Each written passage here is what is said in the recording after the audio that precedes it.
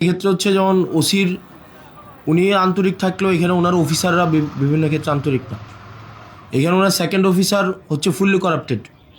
ওনার second officer, আপনার second officer fully corrupted, টাকা ছাড়া কোনো, উনি হচ্ছেন পা চলে না। একজন আছে এসআই ভূষণ, টাকা ছাড়া এসআই ভূষণ নামে একজন আছে, টাকা ছাড়া কোনো ইয়া করে না, মানে একটা পা মুভ করে না। এখন ধরেন আপনি হচ্ছেন ধরতে যাবেন, ধরতে যাওয়ার আগেও থানা থেকে ফোন দিয়ে দিল যে আমরা আসতেছি, তাইলে তো এখানে একটা পিলো পাসিং এবং চোর পুলিশ খেলা হয়। আপনি আপনার যারা অফিসার আছে আপনি ওনাদেরকে ওনাদের সাথে নিয়ে বসেন, এবং এটা না হয় খুব মানে জনরোষের শিকার হবেন আপনারা। এবং যদি আপনার অফিসার যারা আছেন, বিশেষ করে আপনার সেকেন্ড অফিসার নোয়াখালী মনে হয় বাড়ি, আর হচ্ছে আমি নামটা মনে করতে পারতেছি, ওনার নাম কি, মতিন মনে হয়, হ্যাঁ ওনার নাম মনে হয় মতিন। ফুললি করাপ্টেড একটা মানুষ, এবং আমাদের কাছে, আমি এভিডেন্স নিয়ে কথা বলছি, আমার কাছে প্রুফ আছে। এবং হচ্ছে আরেকজন আছে এসআই ভূষণ, ভবতোষ না, ভবতোষ, এসআই ভবতোষ টাকা ছাড়া এক কদম পা ফেলে না।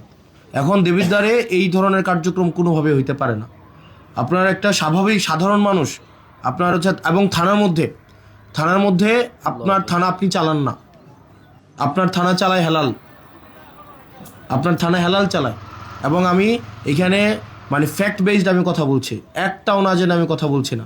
আপনার থানা চালায় হেলাল, হেলালের বাবা আগে চাকরি করতো, এখন হেলাল কোনো মানে ইয়া থেকে আপনি আমাকে বলতে পারেন এই ধরনের কথা, তো ধরেন আপনাদের লিগ্যাল প্রসিজারে না, এটা নাই সেটা নাই, আপনাদের এই জায়গায় থানায় এগুলা জিনিসগুলো ঘটছে, প্রত্যেক দিন ঘটছে। এবং থানায় হেলাল আপনার থানায় ঢুকতে পারবে না। আজকের পর থেকে আপনার থানা চালাবেন আপনি, আপনার থানা আপনার আইন অনুযায়ী চলবে, এবং থানার যারা সদস্য তারা হচ্ছে আপনার যারা আইন শৃঙ্খলা বা পুলিশ আছেন, আপনার আন্ডারে যারা পুলিশ আছেন তারা হচ্ছে আপনার থানা চালাবে। এখন থানা যদি চালায় এমন জন যে পুলিশ না, যার হচ্ছে এখানে কোনো চাকরি নাই, সে যদি থানা চালায়, থানায় কোন মামলা রুজু হবে, কোন মামলা রুজু হবে না, কোনটা মামলা এজাহারভুক্ত হবে, কোনটা এজাহারভুক্ত হবে না, তারপরে হচ্ছে আপনি আমাকে বলতে পারেন যে না এগুলো হয় না, এগুলা উনার কাছ থেকে অ্যাপ্রুভাল নিয়ে, একটা মৌখিক একটা অ্যাপ্রুভাল নিয়ে তারপরে থানায় হচ্ছে ভুক্তভোগীরা যাইতে হয়। আমি আপনার কাছে যত সহজে যাইতে পারি, স্বাভাবিকভাবে একটা ভুক্তভোগী এভাবে যাইতে পারে না। আমি আপনার কাছে যে সহজে আসতে পারি, একটা স্বাভাবিক ভুক্তভোগী, একটা গ্রামের ভুক্তভোগী, স্বাভাবিকভাবে পুলিশ সম্পর্কে ওনাদের একটা স্টিগমা আছে, একটা ভয় কাজ করে। এটা একদিনে স্বাভাবিকভাবে যে পুলিশ মানে তারা চাচ্ছে তাদের ইমেজ রিগেইন করতে, মানুষের ফ্রেন্ডলি হইতে, এটা চেষ্টা করছে, এবং আমরা এটাকে অ্যাপ্রিসিয়েট করি। কিন্তু স্বাভাবিকভাবে একটা গ্রামের মানুষ যখন দেবিদ্বারে আসে, বরকামতা থেকে, ভানি থেকে, সুলতানপুর থেকে, এটা স্বাভাবিক একটা গ্রামের মানুষ, আপনি যেই কেসের যেই জিনিসগুলো বলছেন এগুলো দেখবেন স্বাভাবিকভাবে অর্থনৈতিকভাবে যারা একটু একটা লিমিটেড একটা পর্যায়ে জীবনযাপন করে, তাদের মধ্যেই কলহগুলো বেশি হয়। আপনি দেখবেন যে অটো চালক, সিএনজি চালক, তারা যখন থানায় যায় দেখা যায় বেশিরভাগ ক্ষেত্রে তাদেরকে হয়রানি করে। এখন স্বাভাবিকভাবে পুলিশের কাছে যাওয়ার আগে কিন্তু এক ধরনের পুলিশ আছে যারা হচ্ছে অচাকরিজীবী পুলিশ। পুলিশের কাছে যাওয়ার আগে, এটা আপনি আপনার জায়গা থেকে এটা আপনি দেখবেন না, এটা যারা ভুক্তভোগী, আমি এটা গত একটা বছর, এটা আমার ব্যক্তিগত জায়গা থেকে, এবং এখানে সাংবাদিক আছে, একজন সাংবাদিক অস্বীকার করতে পারবে না, তারা এগুলো কথা বলে না, আপনারা অস্বীকার করতে পারবেন, এটা মানে এটা সত্য ঘটনা না, একজন সাংবাদিক অস্বীকার করতে পারবে না। এই যে হেলাল এই দালাল চক্র চালাচ্ছে না থানায়, এখানে জাতীয়,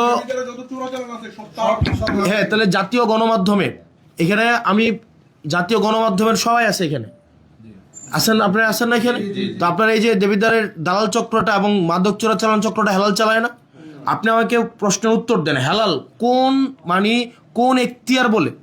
এই মিটিংয়ে যারা আছে প্রত্যেকের একটা নিজস্ব একটা এই মিটিংয়ে থাকার একটা ক্রাইটেরিয়া আছে, হেলাল কোন এখতিয়ার বলে আপনার চৌসীমানার মধ্যে থাকবে, এবং এই বিষয়ে আপনি সিরিয়াস অ্যাকশন নেবেন, এবং হচ্ছে থানাটাকে যেন দালাল আপনার কাছে যাইতে হইলে যেন স্বাভাবিক প্রক্রিয়া মেনটেন করে যেন আপনার কাছে পৌঁছাইতে পারে, এক্ষেত্রে যেন কোনো দালাল না থাকতে পারে, এক্ষেত্রে যেন কোনো একটা ইনফর্মাল কোনো সিন্ডিকেট এক্ষেত্রে যেন না থাকতে পারে। আপনার সাথে মানুষের সম্পর্ক হবে একদম ডিরেক্ট সম্পর্ক, যেটা লিগ্যাল সেই জায়গায় আপনি কোঅপারেট করবেন, যেটা ইলিগ্যাল সেক্ষেত্রে কারো কোঅপারেট করার আপনার প্রয়োজন নেই, আপনার জায়গা থেকে লিগ্যালি যেটা দরকার আপনি সেটা করবেন।